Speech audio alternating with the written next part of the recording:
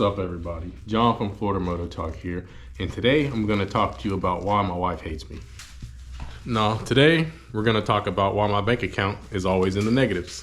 Actually, today we're going to talk about why my credit score is jacked up.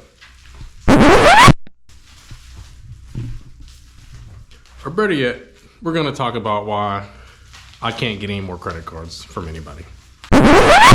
Today, we're going to talk about why I shouldn't just have any money at all. Today, we're going to talk about why I'm broke. We're going to talk about why I'm broke all the time. Today, we're going to talk about why I eat ramen noodles 3 days a week. So as you guessed it, we're going to talk about racing. We're going to talk about how much it costs to go racing. Just this past weekend, I was racing at Talladega GP with WERA up in Alabama. Had a great time. It was an awesome race. Really good weekend. But with racing, you know, there comes a cost. And it's, you can make it cheap. You can do things to save money and cut corners here and there. And I thought it'd be a good opportunity to sit down and talk to you about the costs that are associated with racing in a race weekend. Once again, with Florida Moto Talk, we're super transparent about how much we spend. We're transparent about money because that information needs to get out there. Because if you're looking at buying a bike or you're looking at going racing, you need to know what you're getting into. And it's a lot easier to get a bike than it is to get into racing. So we're gonna talk about it.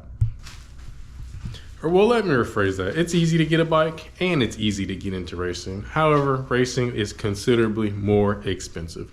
So let's talk about some costs real quick. Like I said, I just want to talk about how much I spent over this weekend to go racing to get from my house, which is up in northern Florida, all the way up to Munford, Alabama, and to get my bike on the track. So I'm going to get into this from the perspective that you've already raced before. So I'm going to assume that you've already done a race school, so we won't talk about the costs associated with that. And I'm going to assume that you've already registered to race with WERA. We're just going to talk about WERA specifically because it's the only org that I've raced with. Man, this video is going to be painful. Man, y'all just be happy that I'm putting this together for you, because looking at some of these numbers that I put here, it ain't pretty, man. It ain't pretty. And I usually don't know until I do these videos, but goodness, let's get into it. So with the weekend, first thing you're going to want to contribute into your cost is going to be the gate fees. Gate fees are going to vary depending on where you are. With Talladega, I paid about $60 for the whole weekend, and that was for me and my wife. And then I also got some I got like a power spot plugged in, because you have to pay to get access to power too. So if you're staying at the track, if you don't have a generator, then you got to pay for power. So that was about $60 for me and my wife for the whole weekend. And so the races, let's talk about the races. So this time, I would normally race Saturday and Sunday, but due to some other things I had going on, I signed up for 4 races on the Saturday, which ended up being a rough day. 4 races and a lot of races. I don't recommend it at all. It was hard.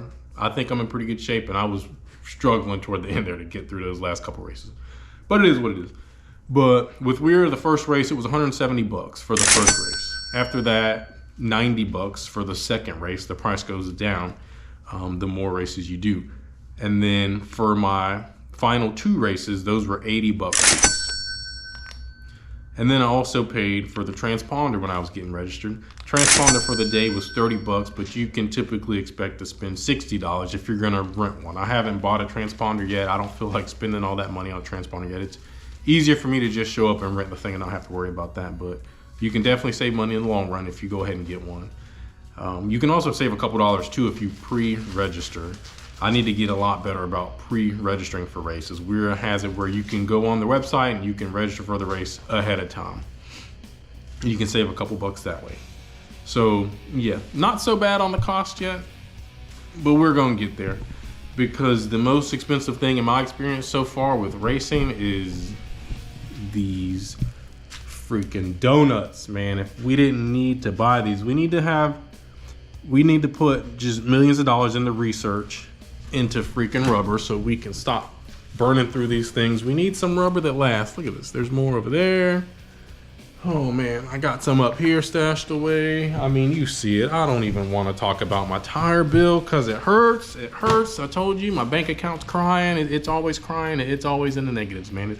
If you go racing, that's just how it is. But for this race, I only did Saturday, and so I didn't go crazy on sets of tires.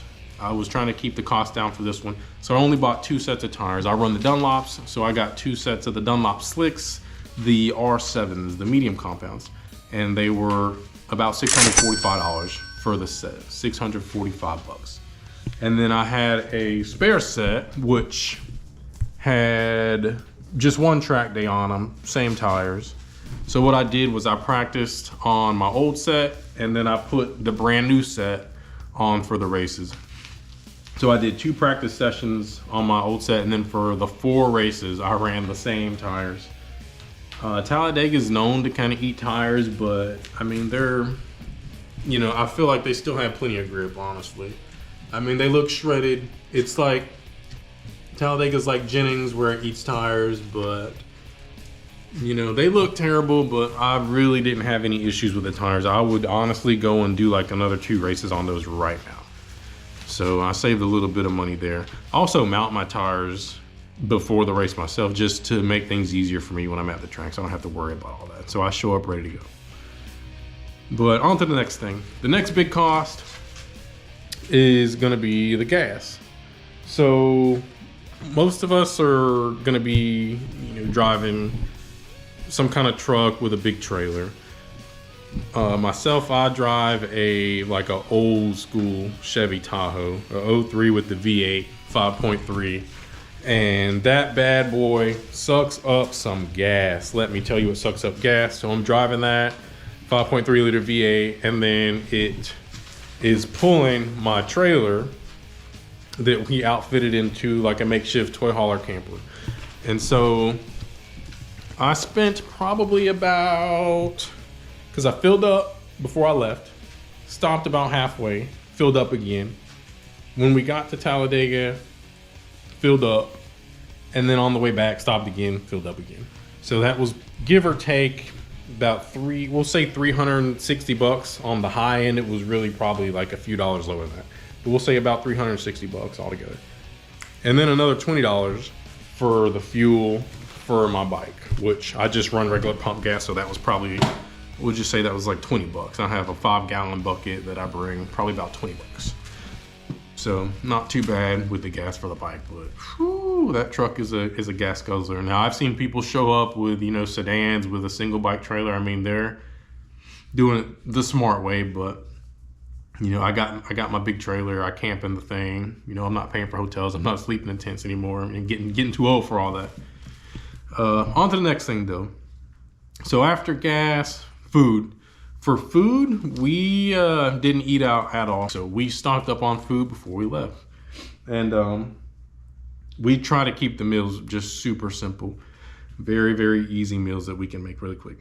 So we brought about 4 or 5 gallons of water, a lot of fruits, brought a couple veggies to go on the food. And then for breakfast, we just make eggs, pancakes, and just bacon on a skillet. Super easy. You can get a couple packs of bacon will get us through the weekend for 5 people. Easy. Same thing with the eggs, man. Like 2 packs of large packs of eggs. You're good for the whole weekend. For lunch, keep it simple. We just bought just a bunch of sandwich meat. Just had sandwiches and fruit for lunch. And then for dinner, we kept it really simple. And I brought a crock pot, and then we ended up just making just like a chicken curry pretty much over white rice. Made all that in the crock pot. Easy meal, nothing too like extravagant. It was pretty delicious too, because you're starving by the time it's dinner when you're camping out there anyways. So probably spent about $200 on groceries for the whole weekend for everybody. And we didn't eat at all, even for the drive, or we didn't buy anything even for the drive.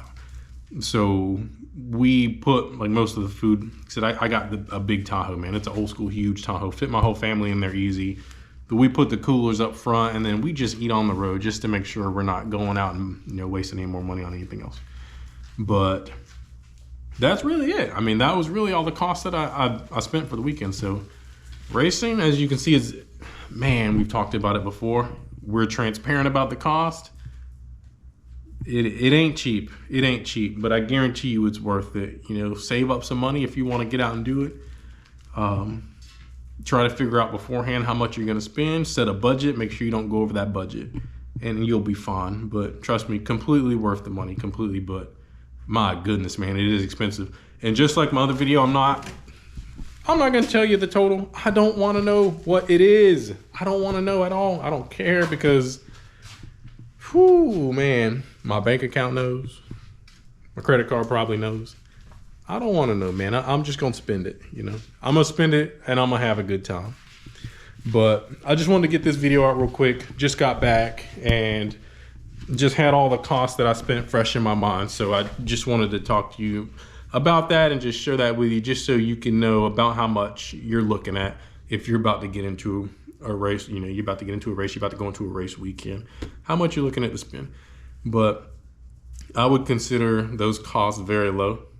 Just like everything else, you know, you can spend a lot more than that if you're a little bit more bougie than I am. I mean, I'm a pretty bare bones kind of guy. Me and my family too. You know, we get it done like with the minimum.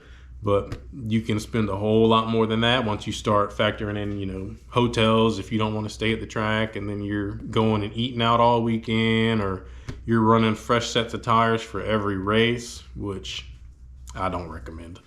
But how much I'm spending, I mean, I think it's a good like median, just to give you a pretty solid idea. But like I said, you can cut certain things out. You can save money here, you can save money there, and you can definitely do it for a lot cheaper than that. But I'm gonna put the total cost somewhere on the screen. Hopefully my wife doesn't watch this video either. She didn't watch the last one, so we're still good. She don't know. I'll put it up on the screen so I don't know, y'all can know. And hopefully somebody got something out of this video. Florida Moto Talk. Make sure to drop us a like, subscribe if this video was helpful to you. If you got any questions, leave them in the comments, and we'll see you on the next one.